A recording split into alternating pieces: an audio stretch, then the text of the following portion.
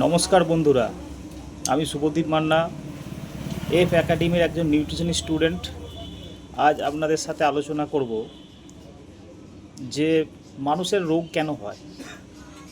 এই সুন্দর ভুবনে আজীবন সুস্থ হয়ে বেঁচে থাকতে কে না চায়?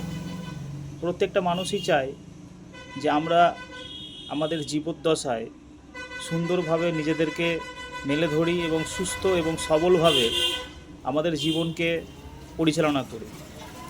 কিন্তু ঘটনাক্রমে আমাদের শরীরে এসে রোগ বাসা বাঁধে বিভিন্ন কারণে। সেটা হতে পারে বাহ্যিক কারণে, আবার সেটা হতে পারে আভ্যন্তরীণ কারণে। বাহ্যিক কারণে বলতে কি? বাহ্যিক কারণে বলতে এটাই বোঝায় যে কোনো মশাবাহিত, কোনো পতঙ্গবাহিত বা কোনো ভাইরাস বা ব্যাকটেরিয়া আমাদের শরীরে বাইরে থেকে প্রবেশ করলে বিভিন্ন ধরনের রোগ হতে পারে।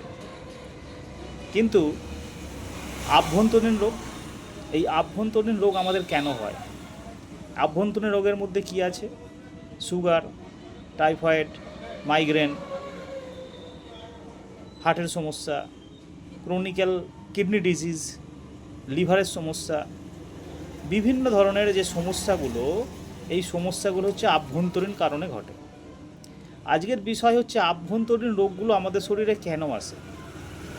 একটু যদি আমরা ভেবেচিন্তে দেখি তাহলে আমরা দেখতে পাবো এই সমস্ত রোগগুলোর পিছনে দায়ী কিন্তু আমরা নিজেরাই।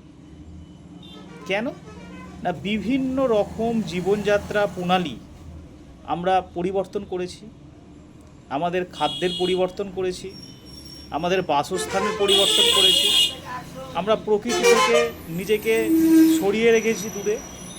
তো এই সমস্ত কারণে কিন্তু আমাদের এই আভ্যন্তরীণ রোগগুলো এসে হাজির হচ্ছে। এবারে আসি জীবনযাত্রার প্রণালী পরিবর্তন কি।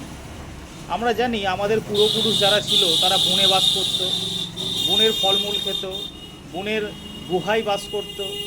তারা প্রকৃতির সাথে ছিল, তারা প্রকৃতির কোলে নিজেকে মেলে ধরেছিল, তারা প্রকৃতির মধ্যেই নিজেদের জীবন শুরু করত এবং প্রকৃতির মধ্যেই কিন্তু তাদের জীবনকে শেষ করত। কালের পরিবর্তনে যত আমরা উন্নত হয়েছি, আমরা কি করেছি? আমরা প্রকৃতি থেকে সরে এসেছি, আমরা নিজেদের জন্য বাড়ি বানিয়েছি, আমরা নিজেদের জন্য সংসার বানিয়েছি, আমরা নিজেদেরকে প্রকৃতি থেকে আলাদা করেছি এবং তার সাথে সাথে প্রকৃতির যে খাবার, সেই খাবারগুলোকে আমরা কি করেছি? সেই খাবারগুলোকে আমরা ত্যাগ করে আমাদের নিজেদের বানানো যে সমস্ত খাবার, সেইগুলো আমরা খেয়ে জীবনযাত্রাকে পরিচালিত করছি। আচ্ছা, একটা কথা ভাবুন, একটা মটর দানাকে যদি আপনি ভিজিয়ে রাখেন সারাদিন, তারপর যদি তাকে আপনি মাটিতে পুঁতে দেন, তা থেকে কি গাছ বেরোবে? প্রশ্নের উত্তর হচ্ছে হ্যাঁ, বেরোবে। কিন্তু সেই মটর দানাটিকে যদি আপনি আগুনে পুড়িয়ে বিভিন্ন মশলা দিয়ে তাকে কষে সুন্দরভাবে ঘুগনি বানিয়ে খান, আর যদি সেই মটরটাকে যদি আপনি মাটিতে রোপণ করেন, তাহলে কি সেই মটর থেকে জীবন বেরোবে বা সেই গাছ বেরোবে? উত্তর হচ্ছে না। তাহলে আমরা কি করেছি? আমরা কাঁচা খাবারকে ভুলে গিয়ে আমরা কি করেছি? আমরা সেই সমস্ত খাবারকে বিভিন্ন রকম রেসিপি বানিয়ে আমাদের শরীরে প্রবেশ করাচ্ছি, যেটা আমাদের শারীরিক যে সমস্ত গঠন বা শরীরে যেটা আমাদের প্রয়োজন, সেই প্রয়োজনীয়তা কিন্তু মিটছে না। এটা প্রমাণিত এবং এটা অলরেডি আয়ুর্বেদ শাস্ত্রেও প্রমাণিত যে আমাদের শরীরের জন্য দরকার কাঁচা খাবার, কাঁচা শাকসবজি, কাঁচা ফলমূল। এইগুলো যদি আমরা আমাদের শরীরে দিতে পারি, তাহলে আমাদের শরীর সেগুলোকে চিনতে পারে এবং সেই খাবারগুলো থেকে আমাদের পুষ্টি শরীর নিতে পারে এবং সেই পুষ্টি আমাদের বিভিন্ন কলাকোষে যেয়ে তারাও পুষ্ট হয়। কিন্তু এখন যদি সেই পুষ্টিটা আমরা কম পরিমাণে পাই, যদি বেশি ক্যালোরিযুক্ত খাবার, অর্থাৎ একটা আলু, 100 গ্রাম আলু যদি কাঁচা থাকে, সেটার যদি 100 গ্রাম ক্যালোরি থাকে কাঁচা অবস্থায়, সেই আলুটাকে যখন আমরা কি করছি? সেদ্ধ করে ফেলছি এবং তাকে বিভিন্ন কড়াইয়ে বানিয়ে বিভিন্ন রেসিপি বানাচ্ছি, তখন তার ক্যালোরি হয়ে যাচ্ছে কত? 600। তাহলে আমার শরীরে সারা দিনে দরকার 1800 কিলো ক্যালোরি, কিন্তু আমরা খাবারের মাধ্যমে গ্রহণ করছি 2000, 3000, 4000 কিলো ক্যালোরি।